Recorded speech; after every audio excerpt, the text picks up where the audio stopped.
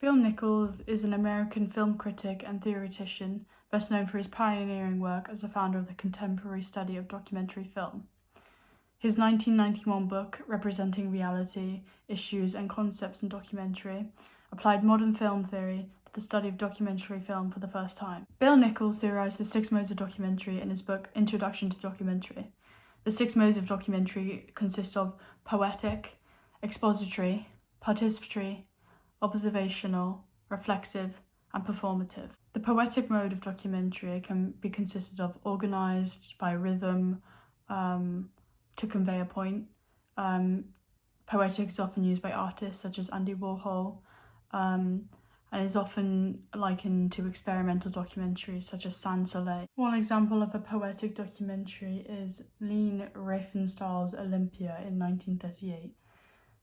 This is an example of a poetic documentary that focuses on visuals and artistic style to help reveal an inner truth. The second documentary mode, as suggested by Bill Nichols, is expository. This is a documentary that goes through debate and argument and explains it to the audience. It's also called an essay film, as it explains things like an essay. It puts its point across and talks it through, usually in a persuasive way.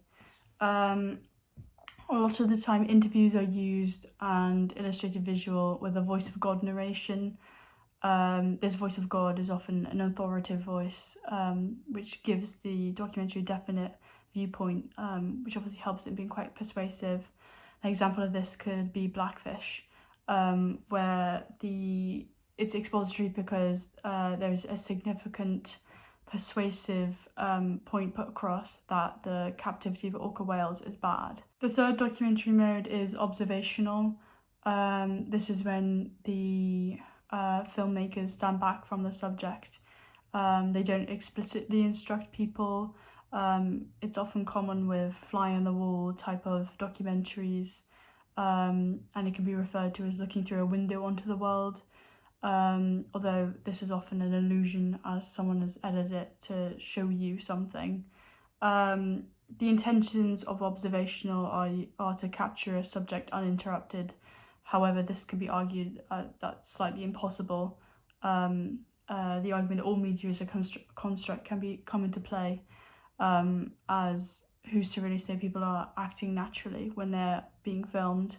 An example of this could be some of the recent documentaries such as Educating Yorkshire, as these type of documentaries act very much as fly on the wall, and immerse the audience into the life of being a school child. The next documentary mode is participatory.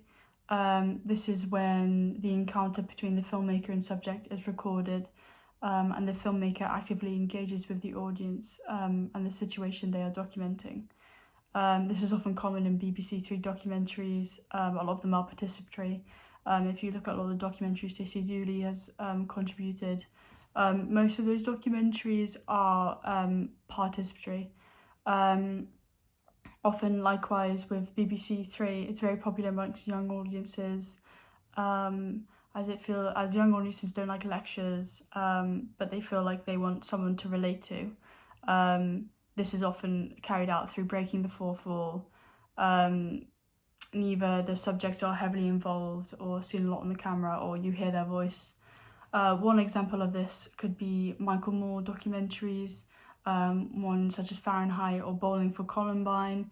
Michael Moore is quite a prominent participatory documentary filmmaker, and a lot of his documentaries are quite engaging with the audience. The next documentary mode is reflexive. This is often challenging the form and expectations around documentary. They can also be called mockumentaries.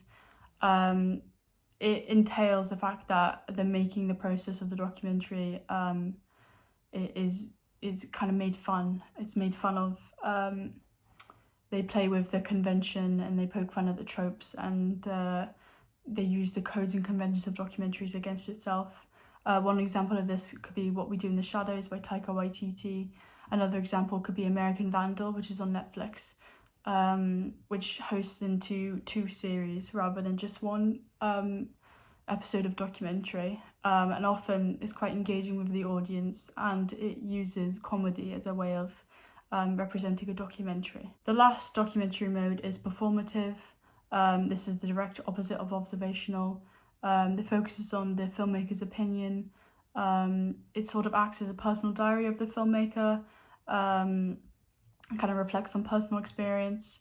One example of this could be Tongues Untied, where it combines actuality and reenactments. Bill Nichols' work within the 6 modes of documentary can be quite prevalent today. What's more common and more popular, especially amongst younger audiences, as I said before, is the participatory documentary. However, there is, since American Vandals hit on Netflix and was received quite well, the representation of mockumentaries or reflexive documentaries has become more popular. But it is important to know that participatory documentaries are what appear to be in the mainstream as of right now, especially compared to poetic documentaries, which are obviously quite artistic and indie and wouldn't necessarily target the mainstream but target more artistic audiences.